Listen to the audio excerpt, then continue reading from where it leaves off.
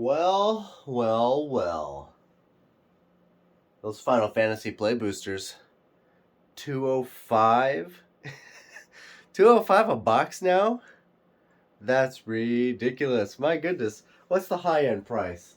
The high end price for these things, let's see. Who's the most expensive on page one?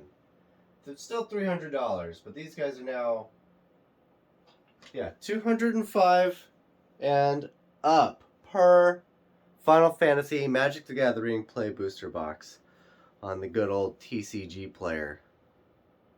It's still 165 on my site, the TCG Club. Oh, it's crazy to watch it just like spike up. I have a friend who I told him that I bought into the Final Fantasy stuff, and their advice to me was to just hold on to it for a year and sell it when the boxes are $300-$400. I'm not going to do that. They're 165 on my site. Just saying. Yesterday we talked about a little bit that I wasn't going to be making a lot of gameplay videos anymore. I just want to like clarify on that a little bit. Never say never. Obviously, if they make a client for Lorcana, I will go back to that. Pixelborn was the greatest thing to ever happen to Lorcana, and if my channel can reflect anything, I would say it was that. I was having a ton of success with Pixelborn, and Pixelborn was banned, and then my success plummeted alongside Pixelborn, and it never really recovered. So, whatever. The other thing somebody asked in the comments was, I didn't really give too much reason why I wasn't going to be doing a lot of gameplay videos specifically. A big part of it is they are very time consuming to create. If I sit down at my computer with Inktable, which is against the AI, which a lot of people don't like, I myself, it gets fun to for me to kind of just test pilot a deck. Something called goldfishing, where you just play your deck by yourself. Well, Inktable kind of feels like a good way to goldfish a deck, just to test the viability of it. But it doesn't make for great gameplay interactions. I don't know. It's just not good enough. At least now, I don't know if it will. If I don't know if they're working on trying to make it a viable, real testing platform. But I don't know. There's another site out there floating around that I won't mention that people are playing digitally, which you can have a lot of fun with, but they have very strict rules about making videos, like posting on YouTube. And last thing I want to do is to just start making videos there and then just get my account banned because I was uploading to YouTube. So that also doesn't seem very viable. And yeah, doing it on the computer is the fastest way. I can sit down in the morning.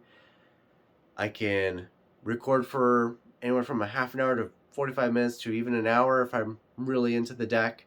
And I can edit that video in 20-30 minutes, get it uploaded, have a thumbnail made, and be out the door. All in all, it takes about 2 hours to make a video when it's the digital side.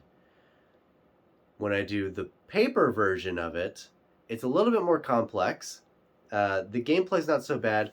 My phone currently is mounted on this tripod thing, and I take this with me when I go to the local card store, and I set it up. It's got something called a gooseneck, so my phone is sitting up top, and I can change the orientation of my phone how I want, and then the gooseneck can bend in pretty much any orientation, so I can get the perfect angle on top of the gameplay happening.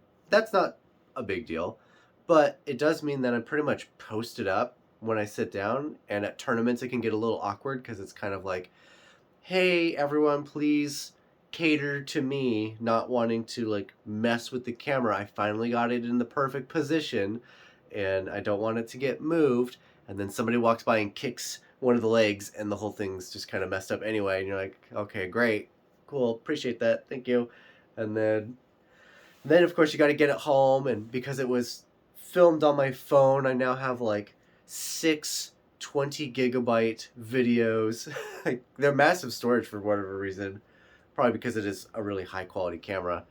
But still, that takes a long time to then upload to the cloud so I can pull it down on my computer so I can edit it, and then editing again for like Inktable, about 20 minutes. Editing for live gameplay in somewhere in the realm of like 6 to 7 hours.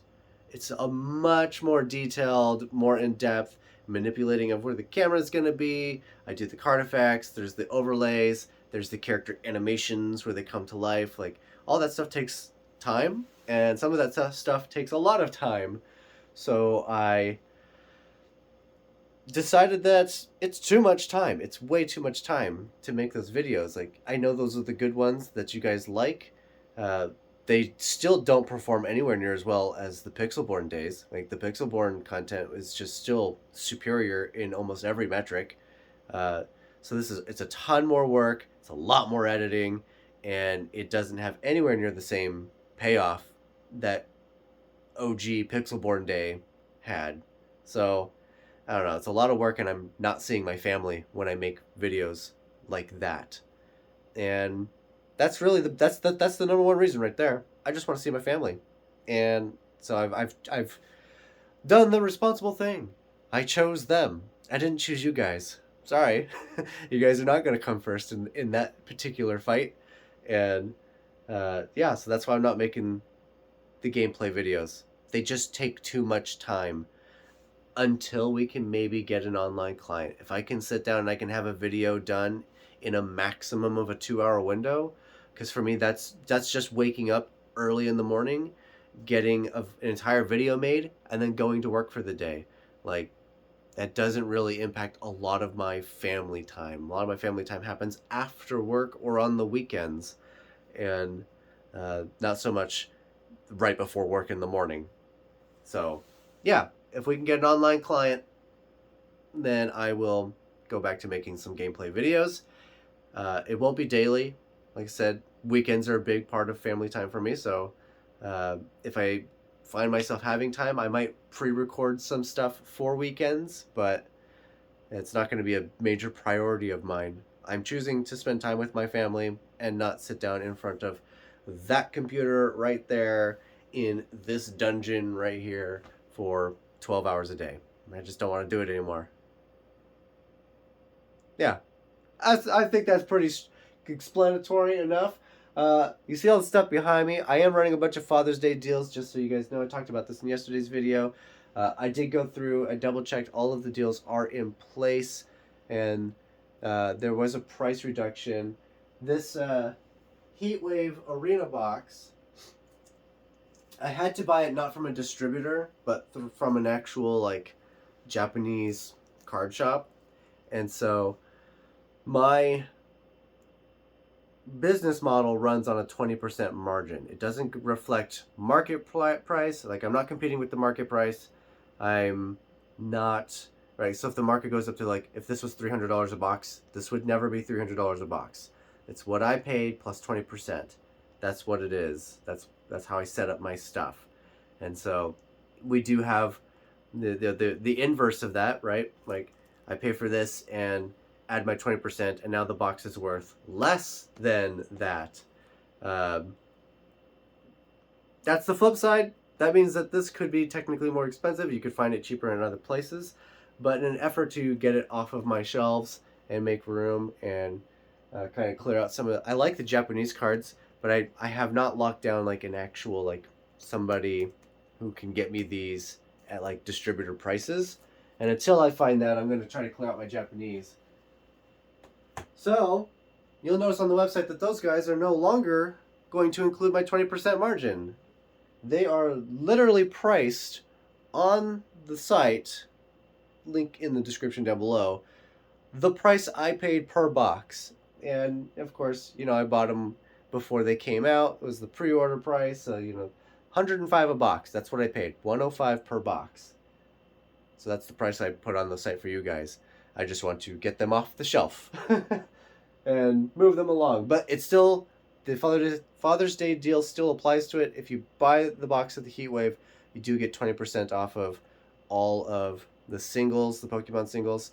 I did double check it. It is a 20% discount. The name on the box will say it's a 10% discount. That's just not true. It is a 20% discount. Uh, yeah. I don't know if I talked about the Pokemon celebrations over there. I had to look that thing up. It is the Pokemon Center version. There is a Pokemon Celebrations box, which is much cheaper than this guy, but the actual Pokemon Center one is does have a higher price point on it. And you'll notice I figured out that I could put the price of what the market shows the box to be, and then put a discount on for the your guys' actual price to show you like the difference. So like I can update.